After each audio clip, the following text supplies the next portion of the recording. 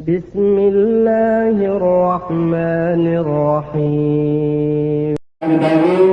Yang akan menyampaikan tausiahnya kepada kita bersama, kepada menyajikan waktu dan tempat di persidangan.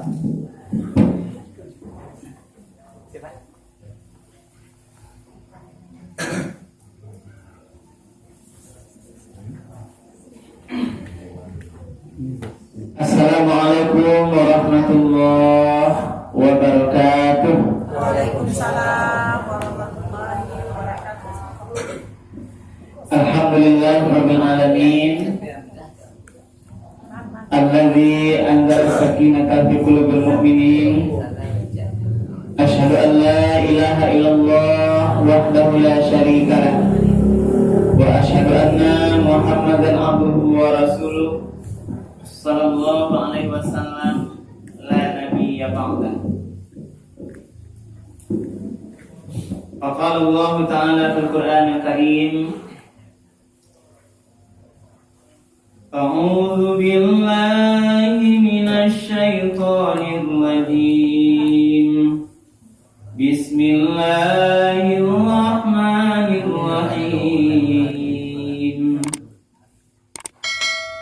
Wa minan nasi wat-tawabbi wal an'ami mukhtalifun alwanuhu kadzalik innama yakhshallaha min ibadihil ulama innallaha azizun ghafur. Sadaqallahul azim. Bapak-bapak dan ibu-ibu, hadirin kaum muslimin, sidang jemaah salat tarawih yang dimuliakan oleh Allah. Marilah kita sama-sama menyampaikan ucapan kalimat puji dan syukur. Alhamdulillahi rabbil alamin. Karena sampai pada malam Ramadan yang kabar apa ibu? Sabale. Saya tidak lupa dengan ya. Insyaallah. Pada malam yang sabale kok, alhamdulillah kita bersama-sama masih diberikan oleh Allah nikmat kesehatan dan kesempatan untuk melanjutkan ibadah yang meramadhankan kita dalam keadaan sehat walafiat. Saya melihat Bapak Ibu semuanya yang hadir di musala kita ini, alhamdulillah sehat-sehat kasadonya Bapak Ibu. Alhamdulillah. Yang basana-sana kan sehat Bu ya? Yang basana di belakang kadang-kadang dapat mengantuk mereka ya. Kemudian kita sampaikan salawat dan salam kepada Nabi kita Nabi Muhammad sallallahu alaihi wasallam. Allahumma shalli ala Sayyidina Muhammad wa ala ali Sayyidina Muhammad. Rasulullah telah meninggalkan Al-Quran dan sunnahnya sebagai pedoman hidup kita bersama. Bapak-bapak dan ibu-ibu para jemaah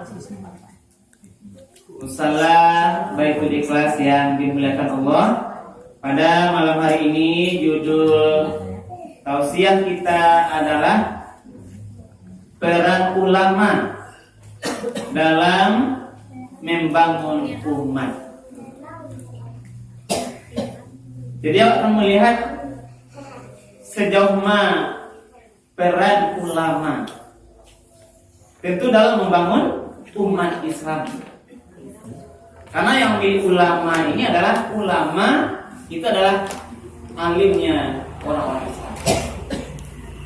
Pertama kita lihat dulu beberapa ayat dalam Al-Quran yang berbicara tentang ulama. Ada 3 ayat dalam Al-Quran itu yang indikasi pemaknanya adalah tentang ulama. 2 ayat itu jelas-jelas dikecek di sana ulama kata-katanya. Yang 1 ayat lagi adalah itu ulama dalam pemahaman perangan. Tidak ada ulamanya bunyinya itu, tapi maknanya adalah kepada ulama. Ayat yang pertama adalah Al-Quran surat Asy-Syu'ara. Surat Asy-Syu'ara atau surat ke-26 ayat 197. Jadi sana kejadian awalam yakul lahum ayatan ayya'lamahu ulama Bani Israel. Ini tentang ulama bicara masalah umat Israel. Apakah juga mereka tidak meyakini keberadaan sebagai tanda Allah itu, bahwa ulama itu mengetahui pada masa Bani Israel. Jadi ulama Bani Israel berarti orang-orang alimnya Bani Israel. Kemudian ayat yang kedua adalah Al-Quran surat Fatir. Surat Fatir itu surat yang ke-35 ayat 28. Iko jadi kejadian ada di sini kata-kata ulama. Wa minan nasi wad dawabi. Yang kita bacakan tadi, wa minan nasi wad dawabi wal an'ami mukhtalifun alwanuhu kadzalik. Dan demikianlah di antara manusia, kemudian makhluk-makhluk yang bergerak, yang bernyawa, hewan-hewan ternak yang bermacam-macam warna dan jenisnya. Jadi di antara manusia, hewan-hewan melata, hewan yang melata yang bergerak, kemudian binatang ternak yang berbeda kadang sama jenisnya, yang berbeda-beda macam itu adalah dikecam oleh Allah. Innama yakhsyallaha min ibadihil ulama. Sesungguhnya kata Allah, di antara hamba-hamba Allah tersebut yang takut kepada Allah itu hanyalah ulama. Di semua manusia, makhluk Allah yang lain, yang takut kepada Allah hanyalah ulama. Innallaha azizun ghafur. Sesungguhnya Allah Maha Perkasa lagi Maha Pengampun. Kok ayat yang kedua dalam Al-Quran yang mengatakan tentang ulama. Kemudian ada ayat lain dalam Al-Quran adalah surat At-Taubah. Surat At-Taubah itu surat ke-8 ayat 122. Wa ma kana al-mu'minuna liyanfiru kaffah, dan seterusnya. Apa artinya? Dan tidak sepatutnya orang-orang mukmin itu semuanya pergi ke medan perang. Mengapa sebagian dari setiap golongan di antara mereka tidak pergi untuk memperdalam pengetahuan agama mereka? Jadi tidak sepatutnya dong sado kaum muslim itu tidak pengen untuk ke medan perang sadonya dong. Sebagian dari kelompok adalah pergi untuk menuntut pengetahuan agama, memperdalam ilmu agama. Apa gunanya? Dan untuk memberi peringatan kepada kaumnya apabila mereka telah kembali ke dia. Jadi ada segolongan dari masyarakat baik menuntut ilmu, kemudian nanti ketika dia sudah berilmu pulang balik, dialah yang nanti akan memberikan peringatan kepada kaumnya apabila mereka telah kembali, agar mereka dapat menjaga dirinya. Ini berupa adalah arahnya menuntut ilmu agama dan tidak usah pakai barang sadonyo. Jadi boleh menuntut ilmu, ini arahnya adalah menuntut ilmu secara sungguh-sungguh bidang agama. Kalau 3 ayat Al-Quran yang mengindikasikan bicara tentang ulama itu. Lalu kita harus pahami kriteria ulama yang utama itu seperti apa? Apa tandanya atau kriterianya seseorang baru kita kecilnya ulama? Apakah mungkin semua ustadz, semua guru-guru, atau semua yang mengajar sudah bisa kita katakan ulama? Ini ulama yang betul-betul ulama dalam pemahaman kajian agama. Jadi ada kriteria ulama. Dari kriteria apa? Lebih nampak di awal apa perannya?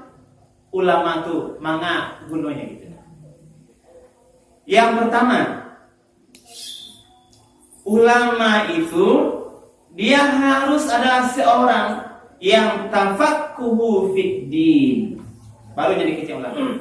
Apa itu adalah yang memahami ilmu agama secara mendalam. Ya betul-betul duduk adanya kaji. Kita bicara hukumnya puasa, dikaji ayat puasa tentang ayat yang kutiba alaikum siyam. Apa mana kutiba itu? Apa mana alaikum itu? Apa alaikum? Qul fauqakum. Nah, ini bagian contoh-contoh berapa adalah duduk adanya pakar tafaqquhu fid din. Ulama itu adalah orang yang betul-betul memahami ilmu agama. Kalau lah paham ilmu agama, maka jalan adalah peran pertama ulama adalah menjadi rujukan umat. Nah, jadi rujukan sampai bertanya masalah-masalah agama. Kalau gunanya, kalau bertanya masalah agama ya berapa? Bertanya masalah fikih, masalah zakat, tidak bertanya wakah pedagang dong. Kau ulama. Bertanya masalah sah tidaknya perkawinan, perceraian, bertanya wakah ulama yang membedakan ilmu khusus itu. Jadi semua bidang agama adalah ulama itu adalah orang yang betul-betul alim mendalam kajian agamanya,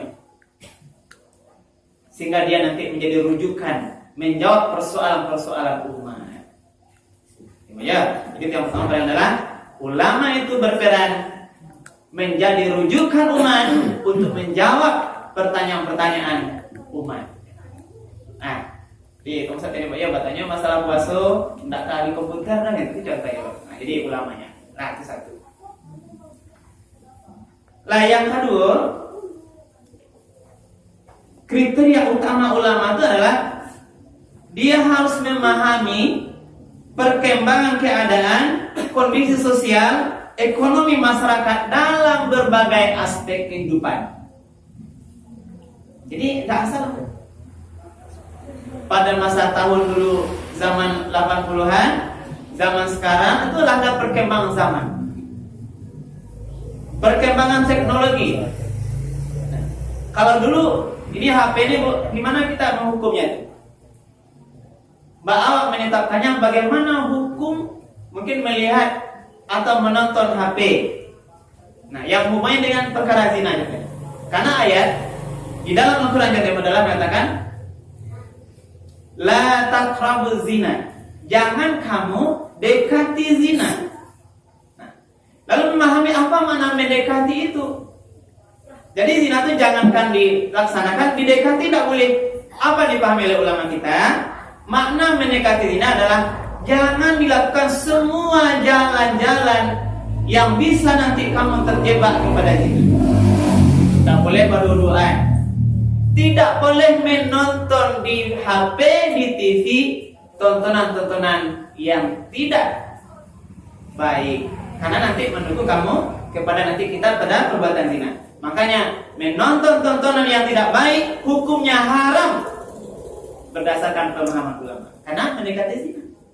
Siapa yang tahu itu Bu? Karena tidak bisa, tidak ada dikatakan Al-Quran haram melihat HP.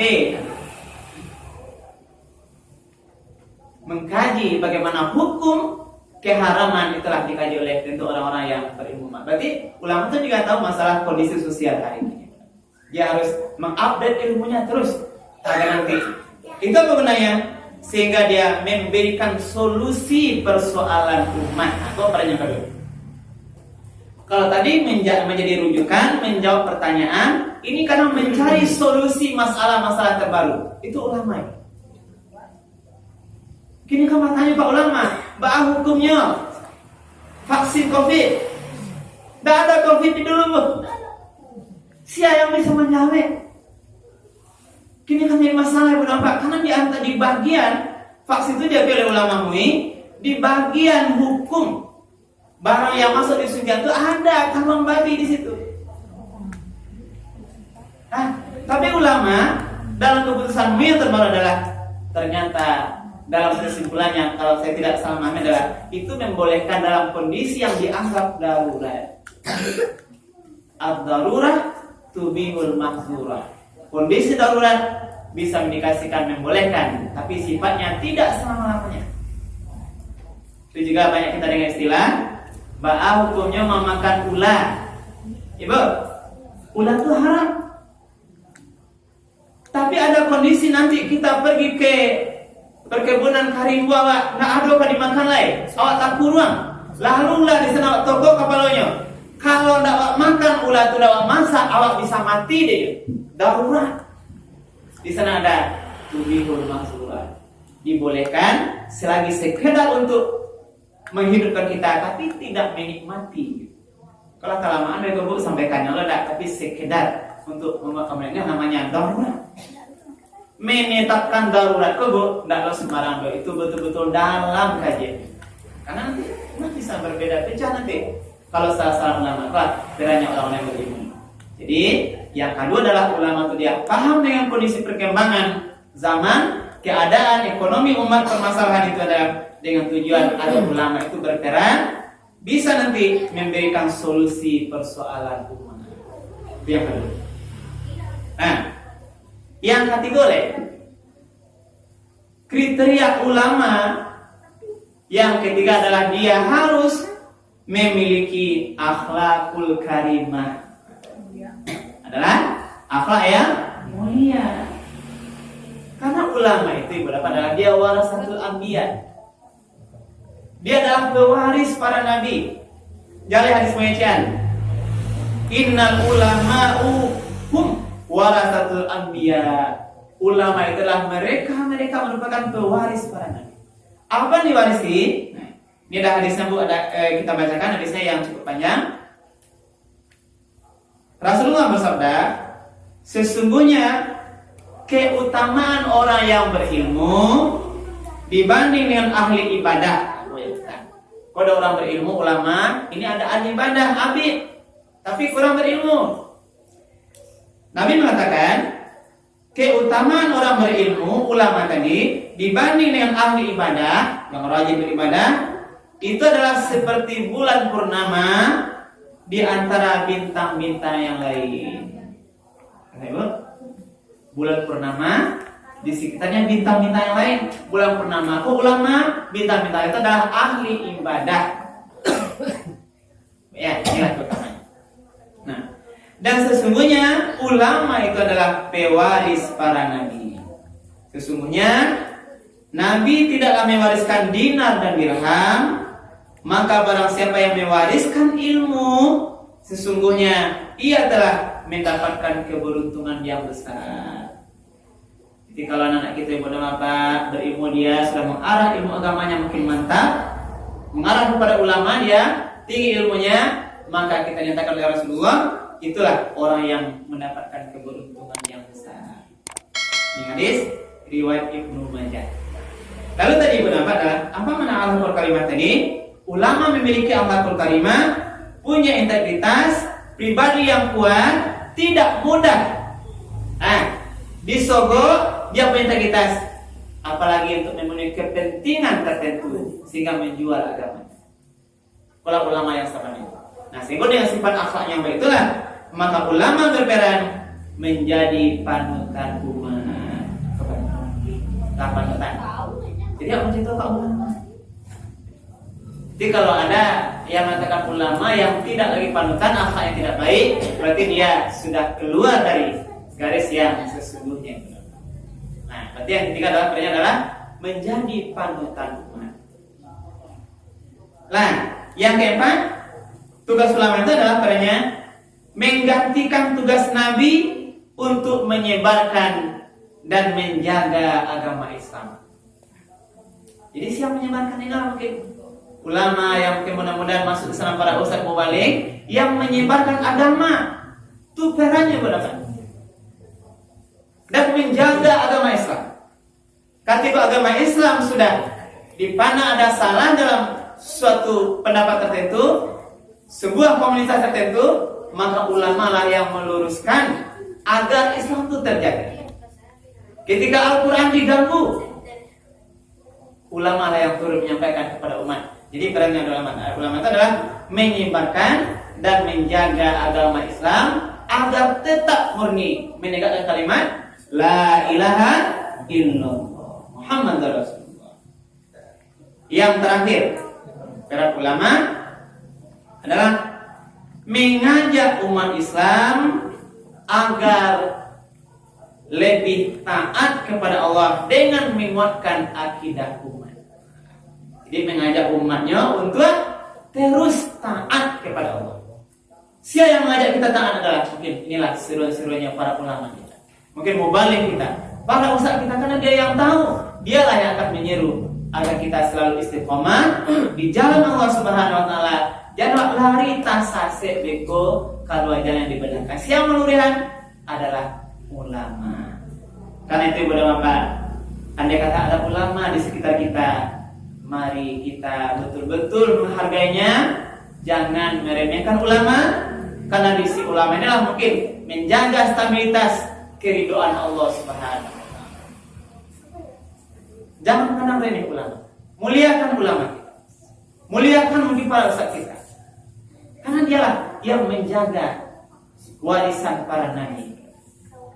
Bisa jadi mungkin Bapak banyak dosa serba kampung, ada yang perbuatan maksiat dalam satu kampung, Allah masih tahan mendatangkan hukumannya, azabnya. Mungkin di sana masih banyak ulama-ulama atau ada ulama yang masih berzikir, yang masih ingat pada Allah, yang masih menegakkan kalimat thayyibah.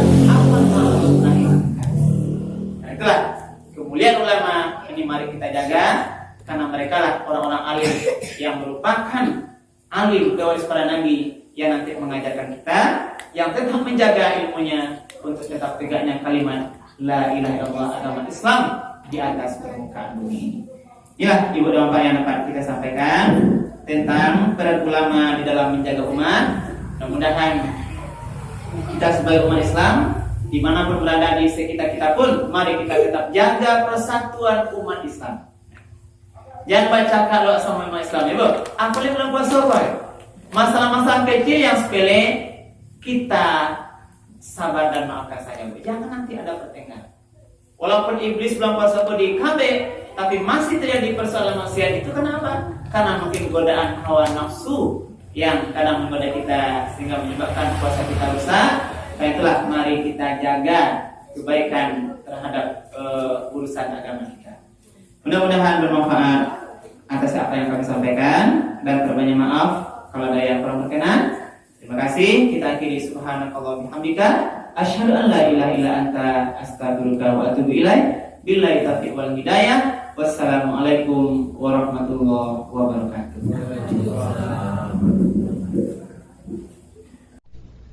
Alhamdulillah.